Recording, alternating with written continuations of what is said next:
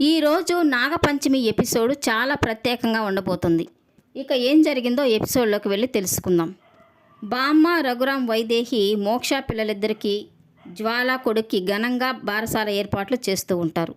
ఇక అది చూసిన జ్వాలకి చాలా కోపం వస్తుంది. ఆడపిల్లలతో కలిపి నా కొడుక్కి బారసాల జరిపించడం నాకు ఇష్టం లేదు. ఈ వంశానికి ఏకైక వారసుడు నా కొడుకు.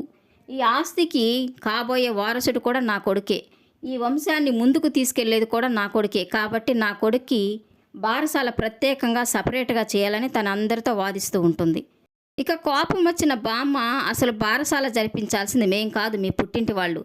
అంత ప్రత్యేకంగా సపరేట్గా చేయించుకోవాలనుకుంటే నువ్వు పుట్టింటికి వెళ్ళి ఆ బారసాల ఏదో నువ్వే చేయించుకో.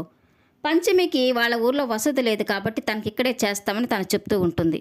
ఇక వరుణ్ చూస్తూ ఇదంతా తన్ని పక్కకి తీసుకెళ్ళి తనకి నచ్చచెప్తూ ఉంటాడు.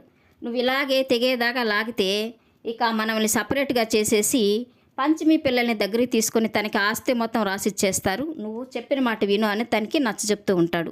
ఇక తప్పని పరిస్థితుల్లో జ్వాల ముగ్గురికి కలిపి బారసాల జరిపించడానికి ఒప్పుకుంటుంది. ఇక అందరూ కూర్చొని పంతుని పిలిచి పూజ చేస్తూ ఉంటారు.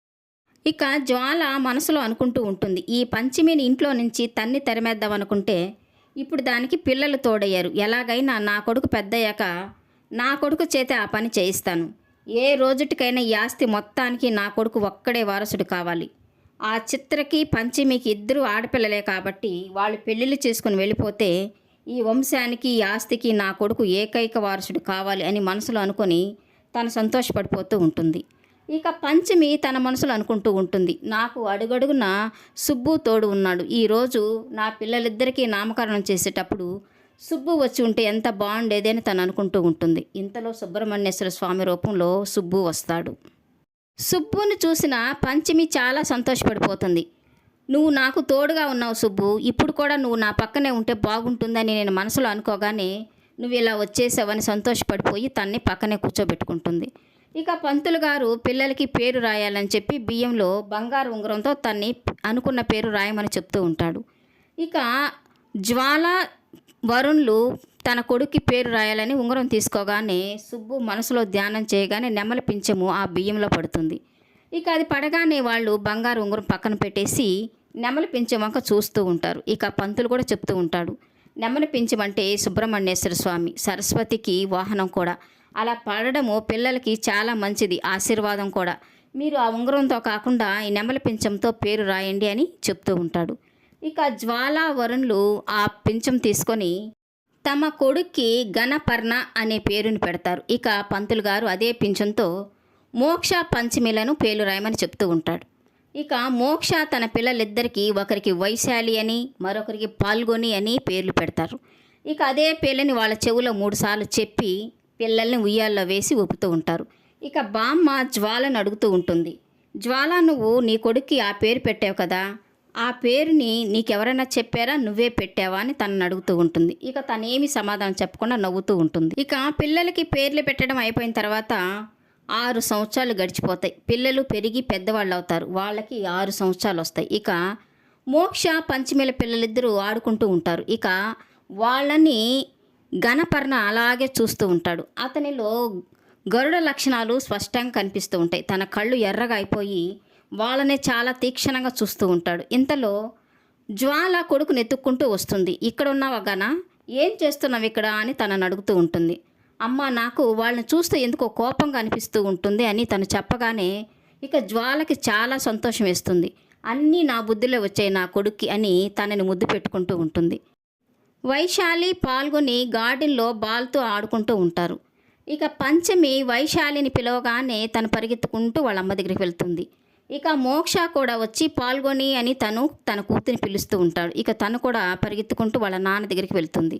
ఇక పంచమి, మోక్ష ఇద్దరు వాళ్ళ పిల్లల్ని ముద్దు చేస్తూ ఉంటారు. ఇక వాళ్ళకైతే చాలా సంతోషంగా ఉంటుంది.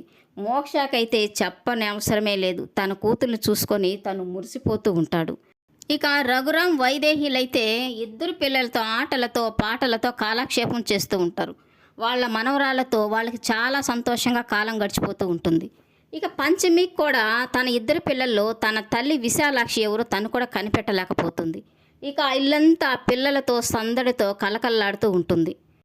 ఇక కరాళి పంచమి కడుపులో విశాలాక్షిని చంపాలని చేసిన ప్రయత్నం ఫలించకపోవడంతో తనకి సుబ్రహ్మణ్యేశ్వర స్వామి శూలం వచ్చి శిక్ష విధించడంతో ఇక తను ఒక గృహలో పడిపోతుంది. ఇక అక్కడే పాడుపడిపోయిన గృహలో 6 సంవత్సరాల నుంచి తను ఒక పిచ్చిదానిలాగా తపస్సు చేసుకుంటూ ఉంటుంది. ఇక తను కళ్ళు తెరిచి చూసేసరికి 6 సంవత్సరాలు అయిపోతుంది. తనకి పంచమి 2 పిల్లలు కనిపిస్తూ ఉంటారు. వాళ్ళల్లో విశాలాక్షిని కనిపెట్టి విశాలాక్షి తనని చంపకముందే తనే విశాలాక్షిని చంపాలని తను అనుకుంటూ ఉంటుంది. ఇక నాగేశ్వరి మోక్ష వాళ్ళ ఇంటికి వచ్చి తను అనుకుంటూ ఉంటుంది, ఈ 2 పిల్లల్లో నాగ అంశతో పుట్టిన మా మహారాణి విశాలాక్షి ఎవరు? ఆ పాపని కనిపెట్టి ఈ నాగలోకం తీసుకెళ్ళి నాగలోకానికి రాణిని చెయ్యాలి. నేను అనుకున్న పని వెంటనే జరిగిపోవాలని తను అనుకుంటూ ఉంటుంది. ఒక పక్క కరాళి విశాలాక్షిని కనిపెట్టి తనని చంపాలని తన ప్రయత్నాలు తను మొదలు పెడుతుంది. మరోపక్క నాగేశ్వరి విశాలాక్షిని కనిపెట్టి తనని నాగలోకం తీసుకెళ్లి రాణిని చేయాలని తన ప్రయత్నం తను మొదలు పెడుతుంది. మరోపక్క పణీంద్ర రూపంలో గరుడ శక్తిగా పుట్టిన గణపర్ని విశాలాక్షిని చంపడం కోసమే తను పుడతాడు. ఇక నాగేశ్వరి పాము రూపంలో ఇంట్లో తిరుగుతూ ఉండడం పంచమి చూస్తుంది. ఇక తను చాలా భయపడిపోతుంది. తన తల్లి విశాలాక్షిని కనిపెట్టి ఈ నాగేశ్వరి ఎక్కడ తన కూతుర్ని నాగలోకం తీసుకెళ్ళిపోతుందో అని తను భయపడిపోతూ ఉంటుంది. ఇక తనని ఎలా ఎదుర్కొంటుంది, నాగేశ్వరికి ఎలాంటి వార్నింగ్ ఇస్తుందో జరగబోయే ఎపిసోడ్లో తెలుసుకుందాం.